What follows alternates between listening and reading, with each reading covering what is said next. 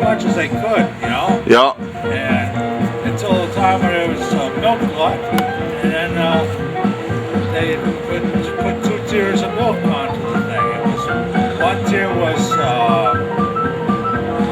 milk was for that, you know, for drinking, and the other part was utility for cream and butter and that kind of stuff. How much percentage of like you get cream out of 1 gallon of fresh milk? What do you think? About a pint? Yeah, pint and a half. Depends on the kind of a cow, and it depends on what you fed it. Yeah. And it'd be like a Jersey would be putting out a lot more, and a Holstein would put out a lot less. Uh-huh. But there's 2 tiers of milk.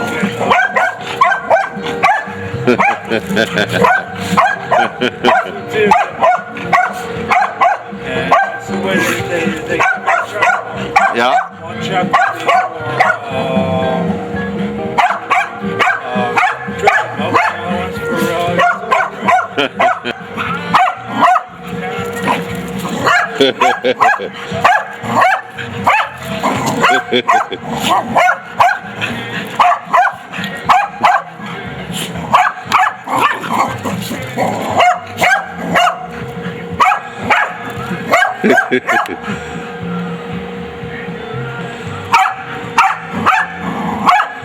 Yeah, you can't see it. That little rascal.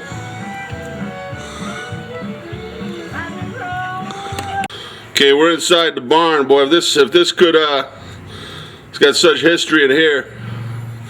And this is where you'd bring them in at night. Every night you'd bring them in? Yeah, every day, yep. And then we'd milk them, and then we'd let them out during the day. But if it was a cold winter day, they'd be all in here. Yeah. And it'd be quite an undertaking. Right here, where I'm standing on, used to be a ditch for a barn cleaner, and the barn cleaner used to take out the manure during the day. It run on a conveyor? No, it wasn't a conveyor. It was a dog system where each paddle had a dog, and they'd swing back and forth. Yeah. And they used to pull the manure around there. And it'd be all right until it froze up in the middle of winter time. Oh my God. And then we'd have to pitch it by hand. Jeez. Which was a nice undertaking too. You take the manure out and spread it out on your fields? Yep, in the winter time, yep. And it'd be fertilizer for the corn that we planted, and there used to be 2 silos right here and right there, and we used to have to go up there and throw down the silage, and we'd have to put out 2 carts in the morning and 2 carts at night. And these carts were pretty big. They were about that high, and my job was to go up there and shovel it down. When'd you start working the farm? At what age? I started working at the age of 5. Jeez. And you had turkeys at that time, or no, this was all just dairy at that time, huh? Dairy, and it was chickens, and whatever we could make money at, we went into doing. Because times was hard back in the 50s, and sure. You know, you had to keep on top of things. Don't you think they're going to get that way again here pretty soon? Hard times. We're not careful. Yeah, we're not careful, yes, but things are a lot better now. But yeah. If the credit card goes like it is, and the people start spending too much, it's not going to be any good for anybody. You know, if people got to pay cash for everything, it's going to slow everything way down. Yeah. That credit's drying up. Well, I do. It's just because I was brought up in this time and age that I had to do that. Yeah. You know, you couldn't go out, you didn't have a credit card. You valued the amount of money you had in the hand. That's it. If you didn't have it, you didn't spend it. That's right. Probably better off. Well, maybe. Yeah. Well, those sheep are now, that's where we had our calves. We used to have probably about 2 or 3 in there, and we'd have to tie them up and feed them milk replacer, because the milk was going out and the milk replacer was a little bit cheaper. Yeah. We used to have to put our fingers in their mouths and put it in the bottom of the bucket to get them to suck on your fingers, and then to get them to drink. Start that sucking process, huh? Yeah, or sucking process. Huh. There was. How long does it take to raise, if you're like a lamb, if you were gonna raise it to eat it? It probably takes between, 2 months before their Easter lambs, and then fall lambs are what they're looking for like Lego lambs. Yeah. Um, You used to raise them at one time, or yeah. pigs are. Somebody said pigs are the most meat to bone ratio, usable meat of any animal. Yeah, the only thing you waste on a pig is its squeal. Exactly. Yeah. Which you think is a better milk producer, Jersey or Holstein? It all depends. It all depends on if you like the animal and if it produces enough milk. Yeah. And the purebred is just like a dog. I have a purebred Cocker Spaniel. The purebred Cocker Spaniel is pretty good if you have papers, but what the papers are, if he doesn't produce, then you don't love him enough. Huh. You don't love him enough. Exactly. You know what? They flourish when you treat them right, and you know, I think that's with farming too. You know, my uncle, my grandfather was a dairy farmer upstate New York. Yeah. And he could walk right in with the meanest bull, and because they, I guess, respected him, and he knew they took care of him. Yep. And every cow here had a personality. Really? You see all these stanchions down through here? Yeah. You have a cow come in and they get into the wrong stanchion for some reason, and all of a sudden you and the leader back up. You know, and they all have their pecking order too. You got leaders and you got followers, and really, cows. Now the cows follow the bulls, or bulls just come in and do their business and then leave the cows alone, or we had bulls a bull at one time, one bull for as many cows as you see here, but after I got artificial insemination, there was no need for the bulls, so it was, why have it, you know? It's just eating up grain, hay, and during the winter time. And so now you were saying that the cows had personality. Like what? How would they show that? They would recognize you when you come into the barn, or? oh yeah, there was a pecking order. Yeah. And there was a leader and a followers. Huh. And the leader was probably the oldest cow, and she was probably the best cow. Really? And it produced the most milk, or all of the ones. And What do you think? Why do you think that was? Because they felt good. They knew they were they're probably the top. most healthiest, and they're a top dog. Huh. That's something. Yeah. Yeah, because you wouldn't think, you see a cow, you wouldn't think it had much personality, but you knew them all by name, you could identify them all, huh? Yeah.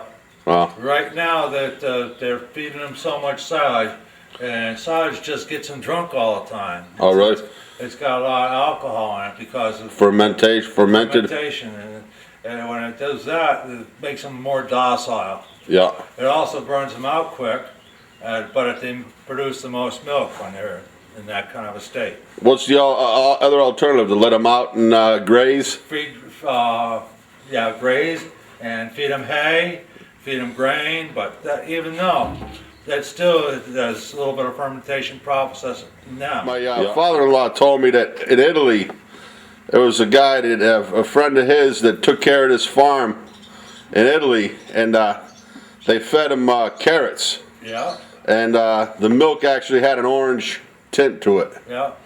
Yeah. Do you think what you feed them definitely affects the flavor of the milk? Oh yeah, definitely. They used to have some wild onions around here. No kidding. Yeah, they used to go out there and you have milk taste like onions. Is that right? Man, I never heard of that. So where the cows, you'd put them into the rack and what, keep them in place while you were milking. While you were milking? Yeah, we used to have to keep them docile while they're milking. We used to have to feed them. That's why they had the silage there, and we fed them. You see those little nozzles on the other side? That used to be a vacuum pump for the milking machines. Yep.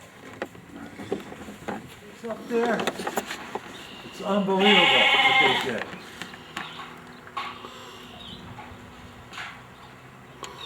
I know. What type of wood do you think is they use? Pine, mostly. Wow. Well, those pieces must have been some kind of heavy to get up in there. Oh yeah, and they're probably all green. Really? Yeah.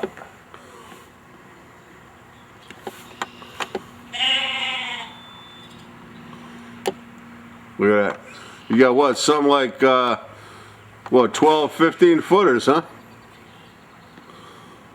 15 footers, so it's 8x8s, yeah. They're all 16 foot.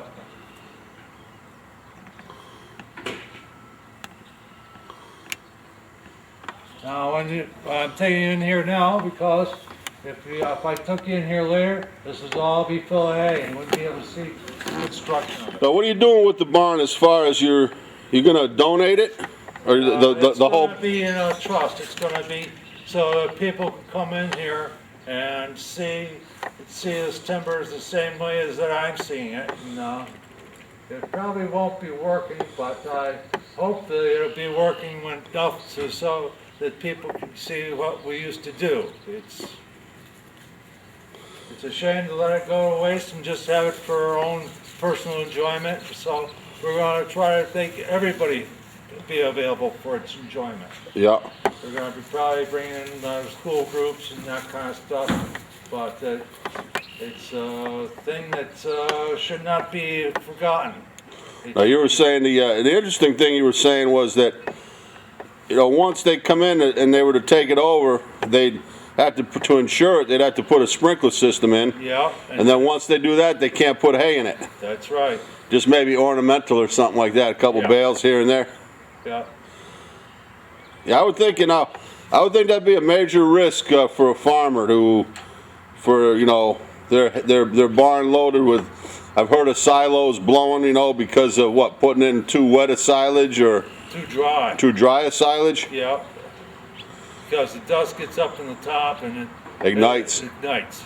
It's almost a confined space. People have been dead from going up inside these grain elevators, and then the next thing you know, that they see their son up there and you don't hear from them, and they got to go up and investigate, and they get overcome too. Why? For the alcohol? No, by the lack of oxygen. Lack of oxygen? No kidding. Yeah. Yeah, there's a lot of hazards to farming. My cousin, David. I remember I was going to a Boy Scout banquet here in Rockville. Yeah. A spaghetti supper, and we got the call. My mother got the call that David he got caught in his jacket got caught in a power takeoff. Yep. And it wrapped him around that deal, and he lost both legs and an arm, and then he was subject to seizures after that. But you know what? It happened when he was I don't know, maybe not quite in high school, and he ended up, you know, going through all that and wearing the prosthesis, and he worked the farm like he adapted. You know, he had a hook on one arm, and he got out there and threw bales like everybody else, and drove the machinery again, and it's tough. You got to be tough to be a farmer, huh? Yes, right. It's not for the faint-hearted. That's right. Yeah. A lot of people, I say, oh, this is a farming accident. Says, yeah, I can believe it. I'm lucky I have all my limbs. Yeah. Had a few close calls. Yeah, I could say they were close, but you know what to stay away from. Yeah.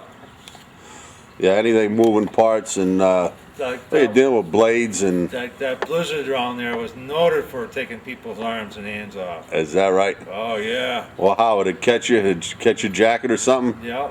Just like a wood chipper. His accidents happen with those, you hear, but. Yeah. So, how many bales are you gonna end up putting up in here? Probably about 3,000. 3,000 bales, huh? Yeah. Wow. 3,000 bales, and how, you know, so you don't rent out any space, you know, for people to raise a cow or to. No. Would that be a profitable situation? That no, it wouldn't. It's kind of hard for meat, for people to raise their own cow for meat. Even like those lambs in there, you know, you come along and you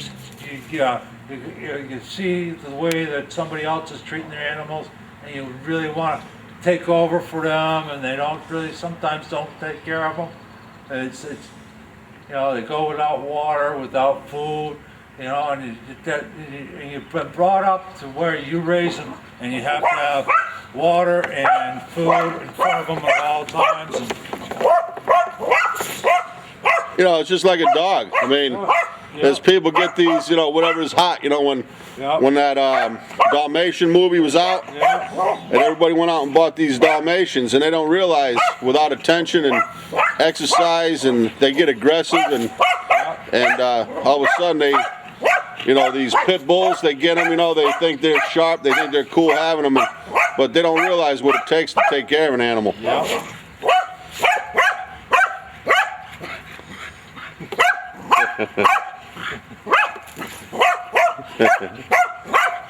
She's a pistol, huh?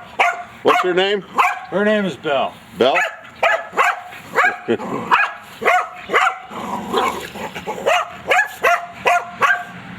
Frankie old stubby, he can't catch her though. That's Legs won't move fast enough.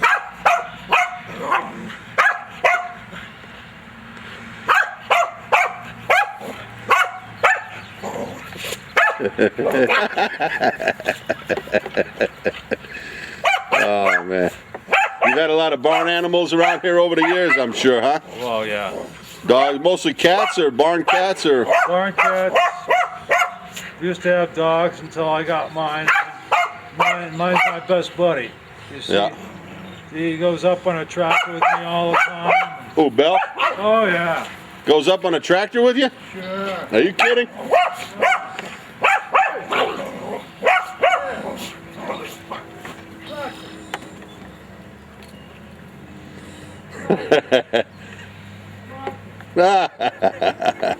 That's funny.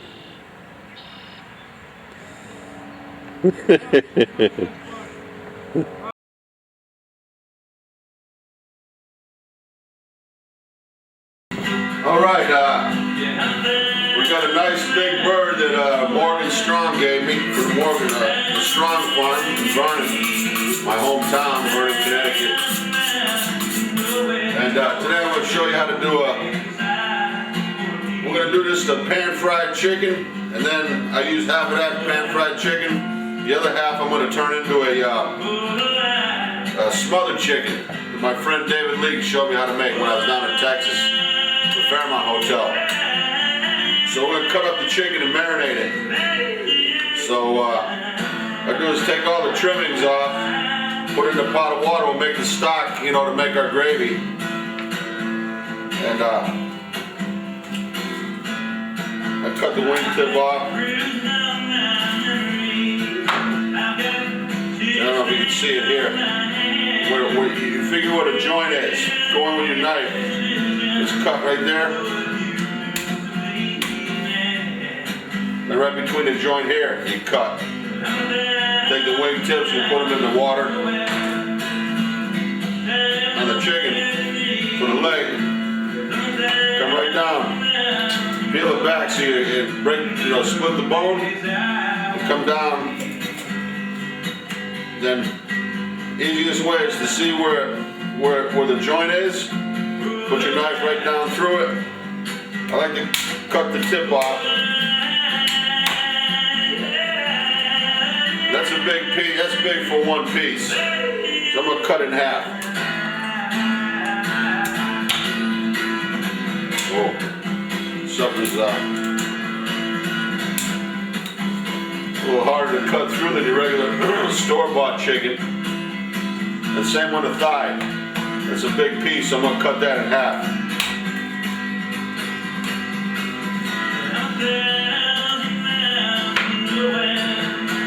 And the same thing here. Just cut down, peel it back, see where the joint is.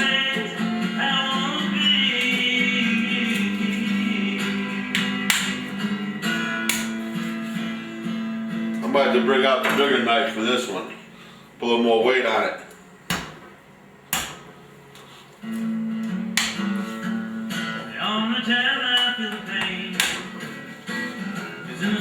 Watch your fingers when you're doing this particular part of it, you know. I'm going to cut the back out of it.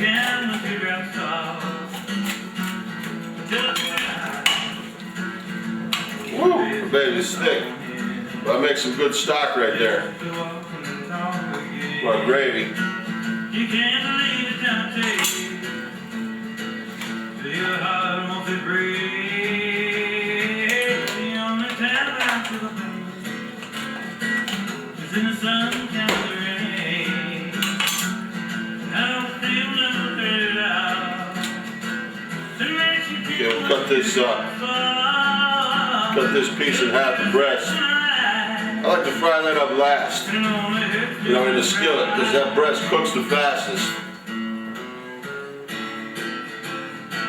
Probably cut it into 3, but I'll cut it in half. No big deal.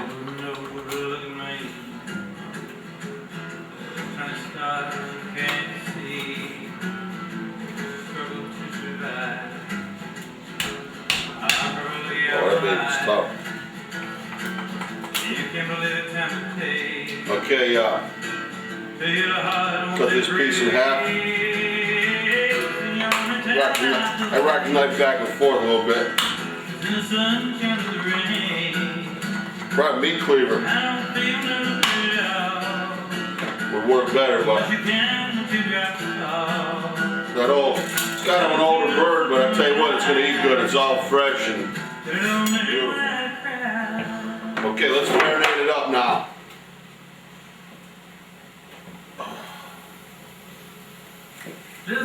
Garlic powder. Season it up real well. And then let it get into it. Let it get into the meat. Paprika.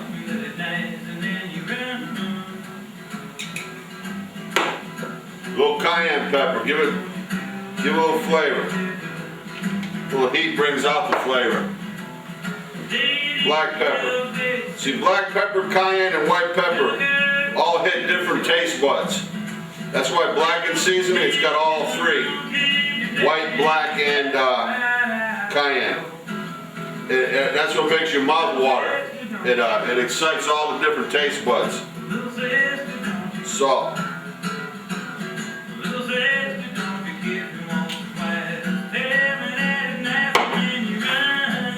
So mix it up.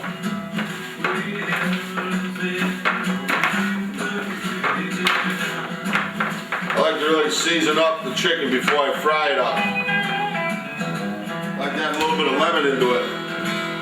You know, for the, just pick up all the flavors a little bit.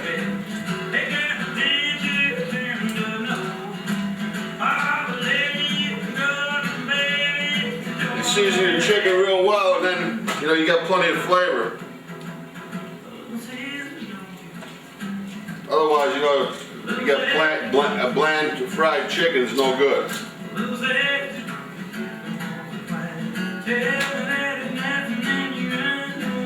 All right, then a little Trappy's Red Devil hot sauce.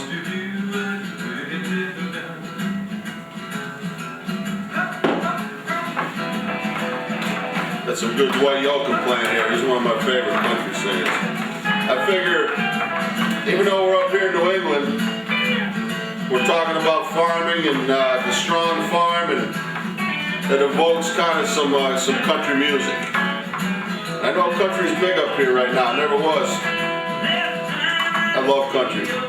And country's got some roots and some blues, for sure. Look at that. That's it right there. Let it all marinate up. Put it in the refrigerator and let it marinate for about a good hour. And then I'll show you what I do. Okay? It's Daddy Jack's Cooking with the Blues. I had to rinse my hands a little bit in that water. We're simmering the chicken up. Give that a little, don't lose any flavor. All right?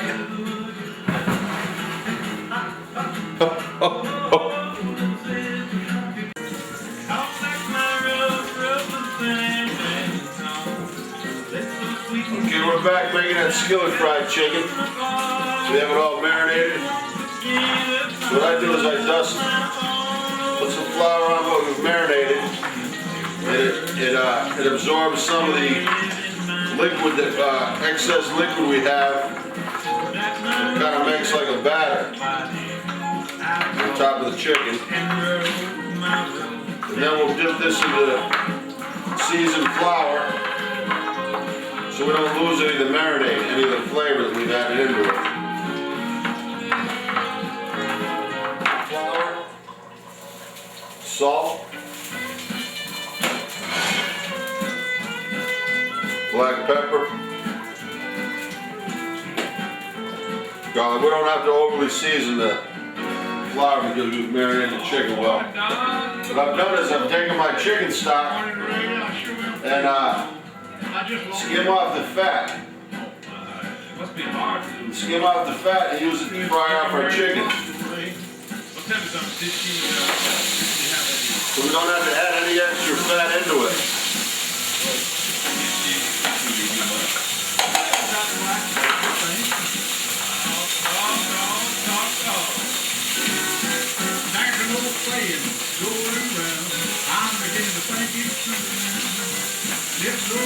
We'll brown up our dark meat first. We'll wait to put the breast in there because it takes the shortest amount of time to cook. So pretty much the legs and thigh meat, start cooking that first.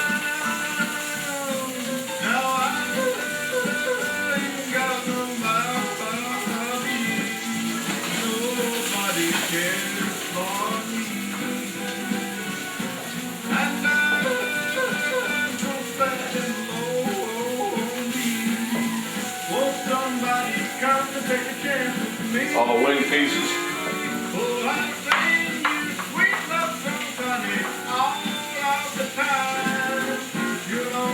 So I'll do half of this chicken that we have skillet fried, and the other half we're going to do smothered chicken.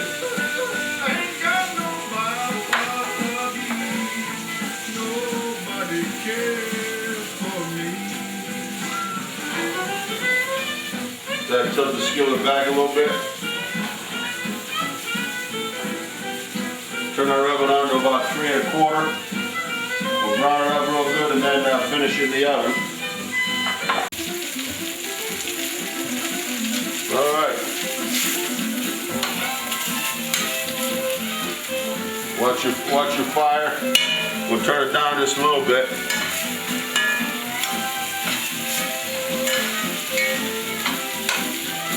That nice color we get from the paprika and the hot sauce marinated.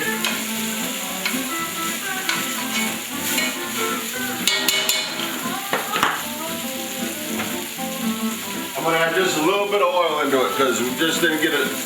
This was a Strong Farms chicken. They're real lean, not a lot of fat on them like you get on a store-bought chicken. So add just a little bit of, as you say, about a tablespoon of additional vegetable oil into it.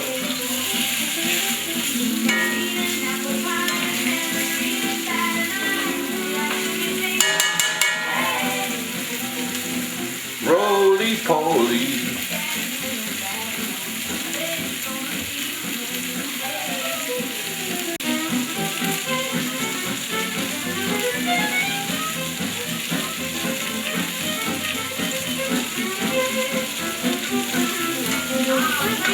Okay, there we get it nice and golden brown. One piece got a little extra brown on us, but it won't hurt it. It still tastes great.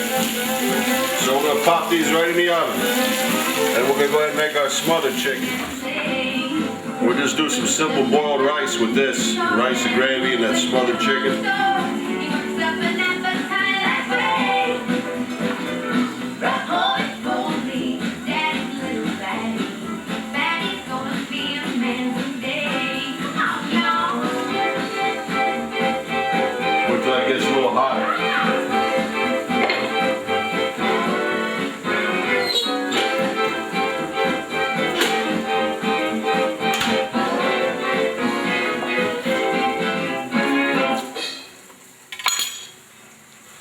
Add a little bit more whole butter into it, a little bit of vegetable oil.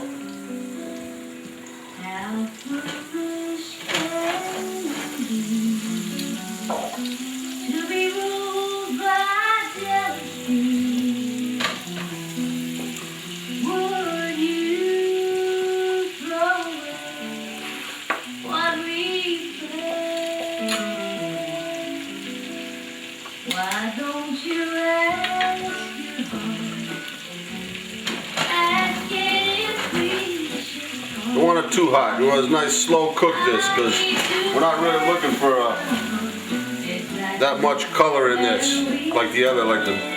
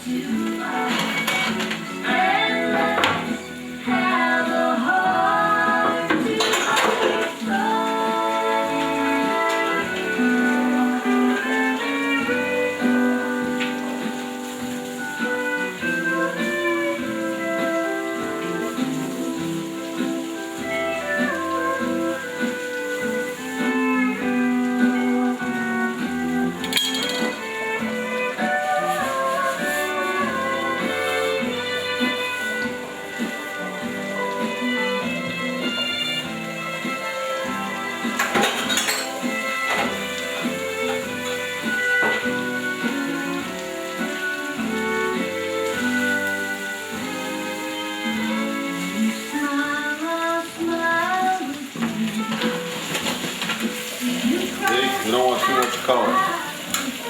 Like that. Nice golden.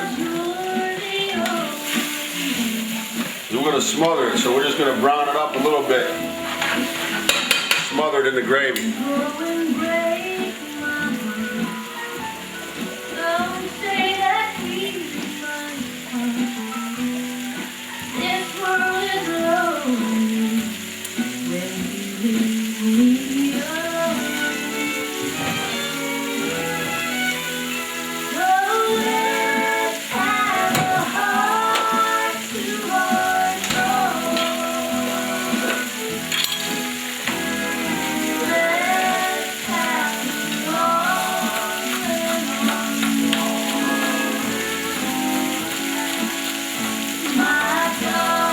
That's some bell pepper, green bell pepper.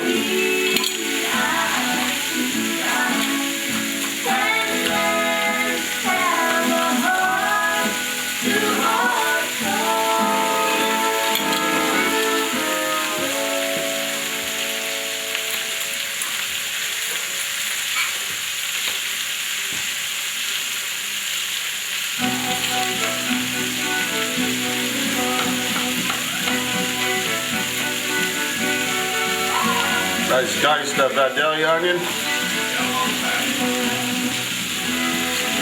That sweet onion now, they're coming into season.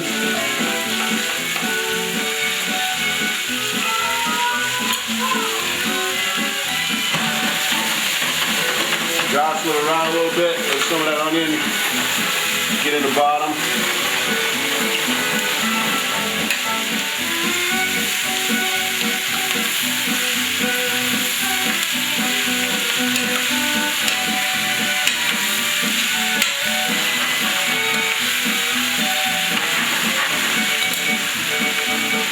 Couple cloves of garlic.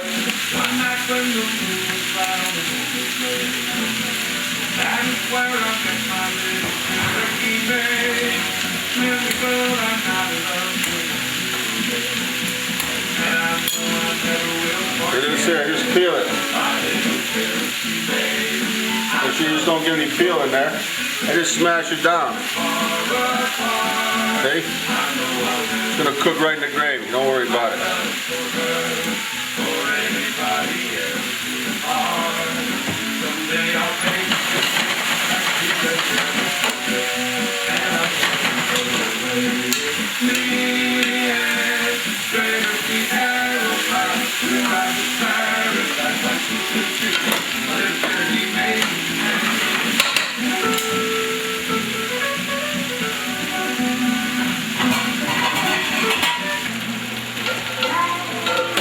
Okay, we're going to add some stock into it. See what we're doing is brown it up a little bit.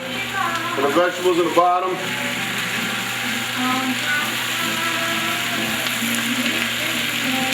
And what we'll do is that flour that's on it will be enough to thicken it, the gravy. Sometimes you can add a little extra flour in there if you want, but see that?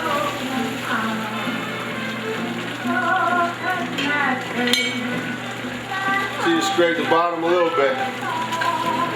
See? With that good chicken stock we made, that fresh chicken stock.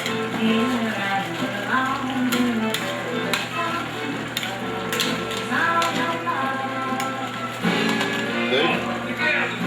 That's it. You can already see it starting to thicken itself up.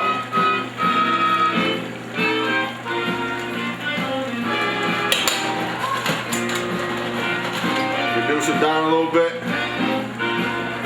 Let it cook down a little bit. Then we're gonna pop it right in the oven.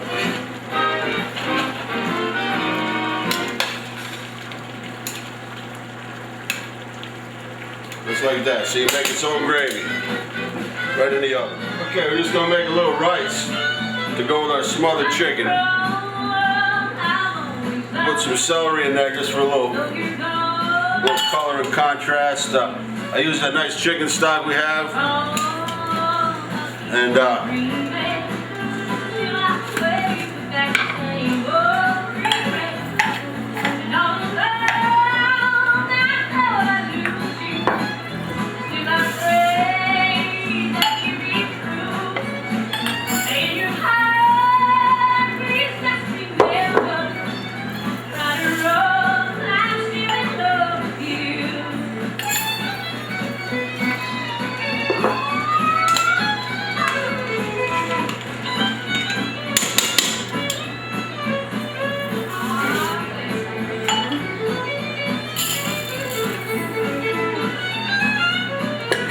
one thing on rice, always, whatever size pot you have, whatever container you have, put that much above, your thumbnail above, cover it with water, or stock, whatever liquid you're using.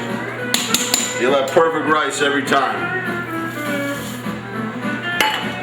See now the rice is just below the surface, about a thumbnail. A little bit more.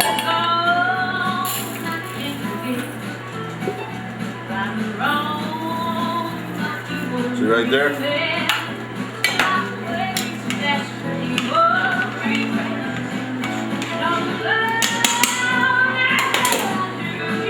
I'll put one small piece of butter in there with it.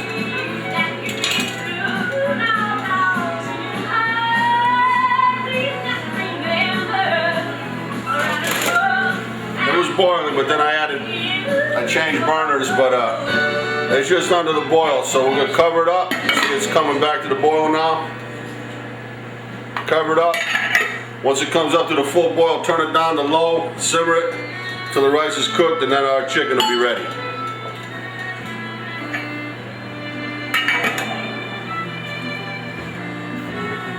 Let's check it out what we have in the oven here. Yeah, it's just coming along. Woo. The skillet fried chicken is looking good. Look at that. Okay, we just use 1 tablespoon of extra oil. That's all we use. Beautiful.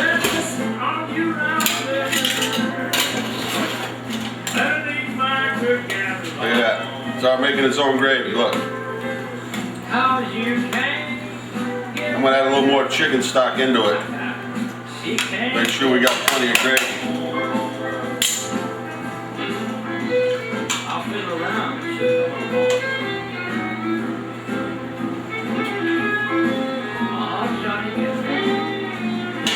Give that about another 20 minutes, it'll be perfect.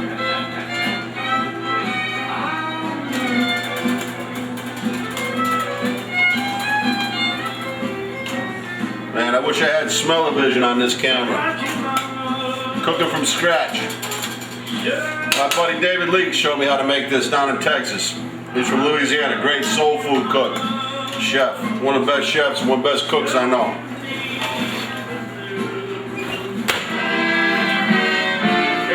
Quick salad here of some corn that I had left over.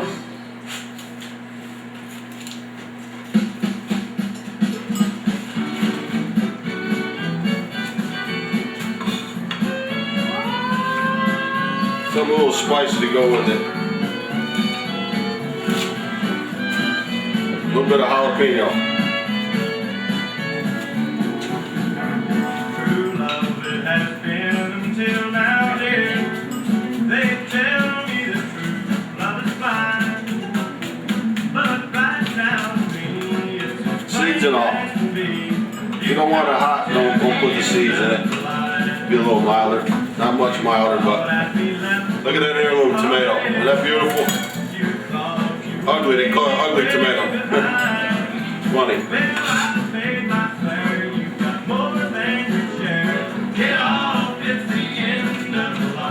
Just rough chop it.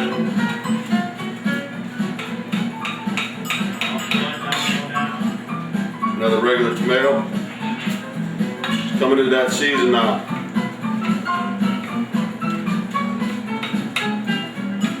Tomatoes starting to look good. A little bit of Vidalia.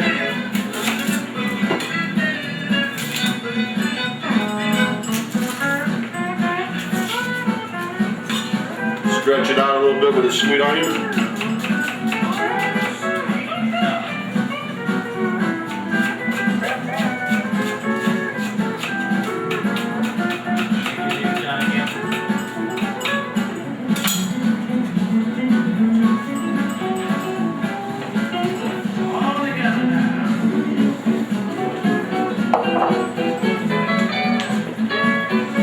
Black pepper. Salt. A little bit of salt, not a little bit. Got seasoned tomatoes and onions and everything.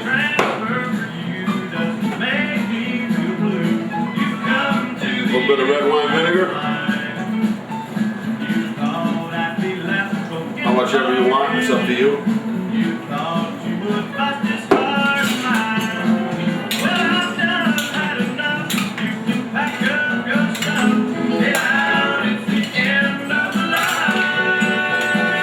Put lemon juice in there, you know, something different, but that's it. Simple salad, 2-minute salad right there. All leftovers, you know, the corn left over.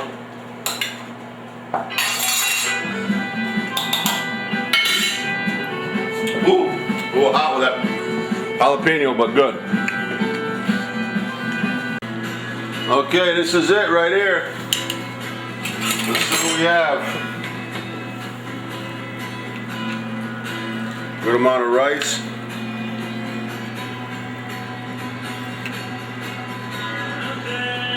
Gotta have rice.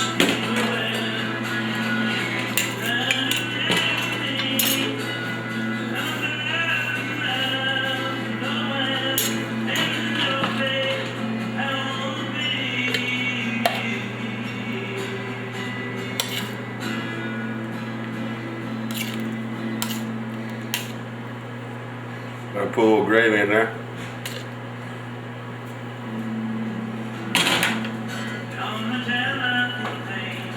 Try a piece of this oven fried chicken, maybe 2 pieces, the wing. Make a little room for our salad.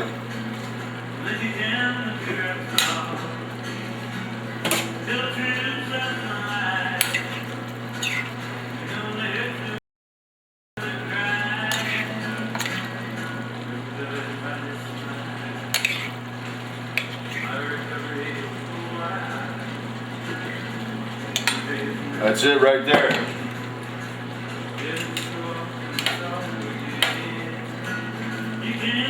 One more gravy, why not? Keep all that filet mignon, everything. I'll take this for dinner anytime. Smothered chicken, simple rice, corn and like a pico de gallo corn salad, pan roasted chicken, pan fried chicken. That's it. Daddy Jack's cooking with the blues.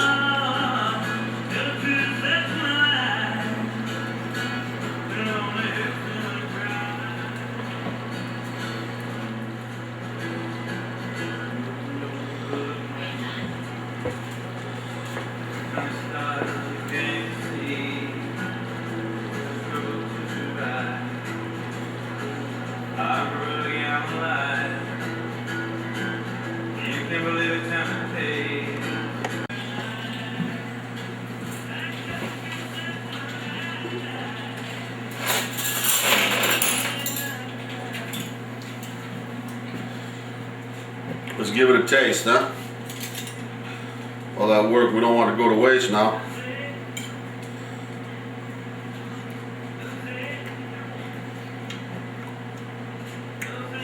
Yep. You adjust the salt and pepper. You know, if you want a little more salt. I like just a little bit more salt on that rice.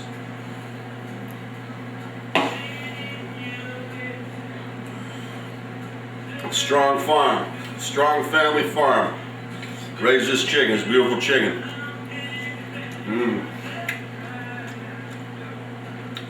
You can't get chicken like this in a store, anywhere.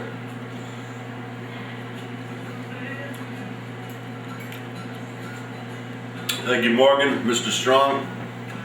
Spent the day with me yesterday.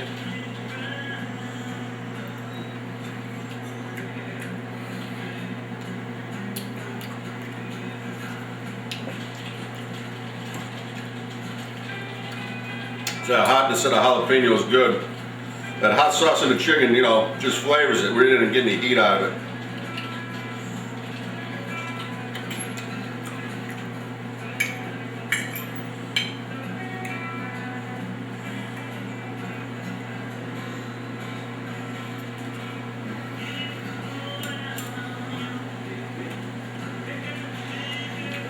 Let's try that pan fried. Nice wing.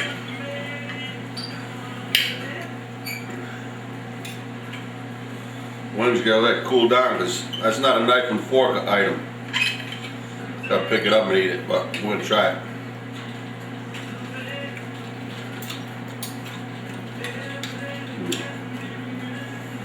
Woo. So good, natural flavors. Yeah, we got 2 generations of Strongs here, and lot of hard work, but a lot of good work, huh? Over the years. Yep. Yeah, Morgan just gave me a nice strawberries out of the patch there. He planted some fresh ones, and what, they take about 2 years?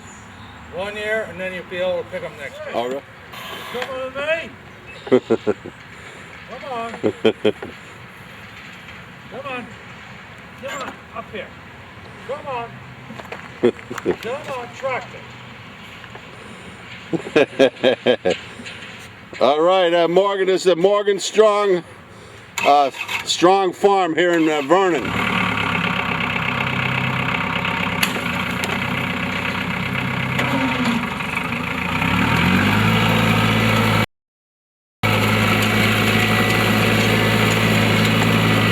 Come here, Frank.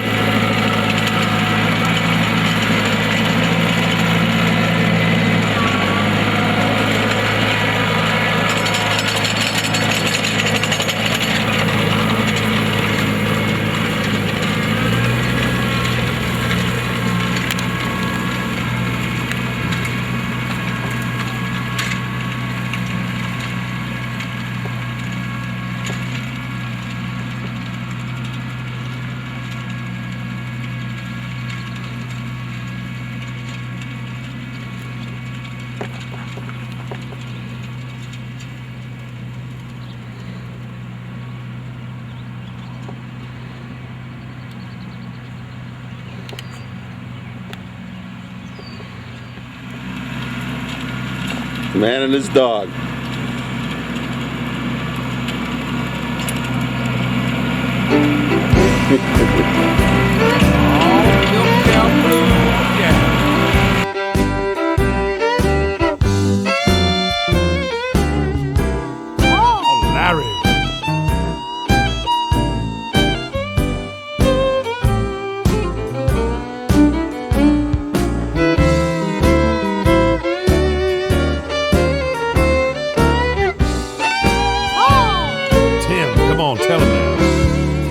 I woke up this morning, looked out my door. I could tell my old milk cow, I could tell by the way she's old. Tell it. If you see my milk cow, please drive her on home. Put her in low and drive. 'Cause I ain't had no milk and butter since my milk cow been gone. Oh, I know talking, let me tell you. Well, you gotta treat me right, woman. Day by day, get out your little prayer book, get down on your knees and pray. You're gonna need, Yeah. you're gonna need my help one of these days. Oh, tell it like it is, then. Tell it like it is. You're gonna be sorry you treated me this way. Oh, Tommy Awesome, come right in here. Right here. Low down.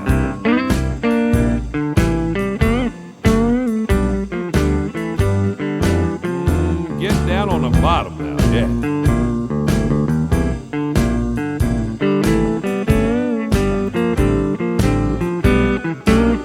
Gotcha.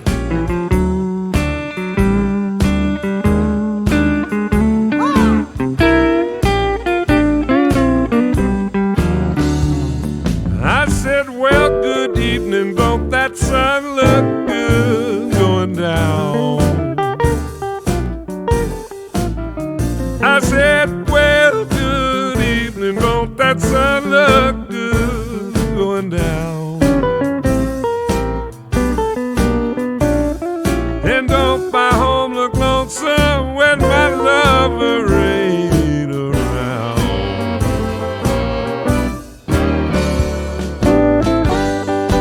Oh, here we go. Tommy, Jason, that sounds like me too.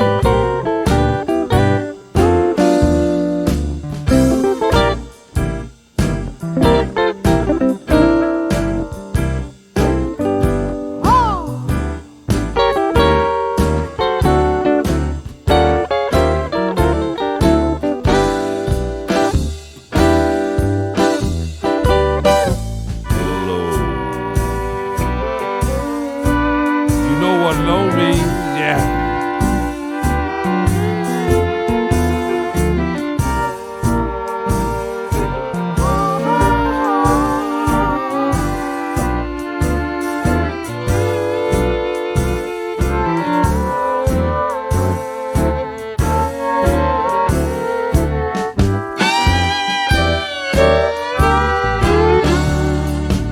Sail on, sail on, sail on, little gal, sail on. I'll tell it, Tim. I'm gonna tell it to you. Sail on, sail on, sail on, little gal, sail on. You're gonna keep right on sailing till you lose your happy home. Oh, Sydney, yeah.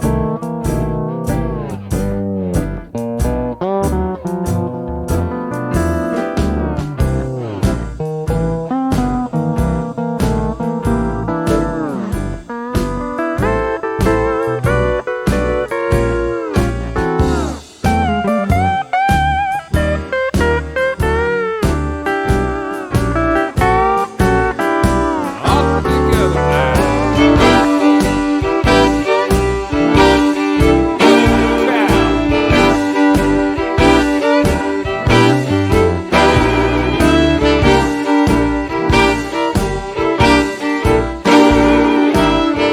Right on.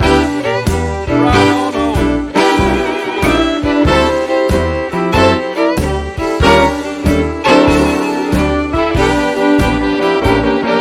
Come on, tell us. I've tried everything, baby, to get along with you. Now tell me, Brother Tim, what are you gonna do? I'm gonna stop crying, gonna leave you alone. You don't think I'm leaving, you can count the days I'm gone. Walk on, walk on. You're gonna need me, baby. You're gonna need my love someday. Oh, have some faith, Tim. Have some faith. You're gonna be sorry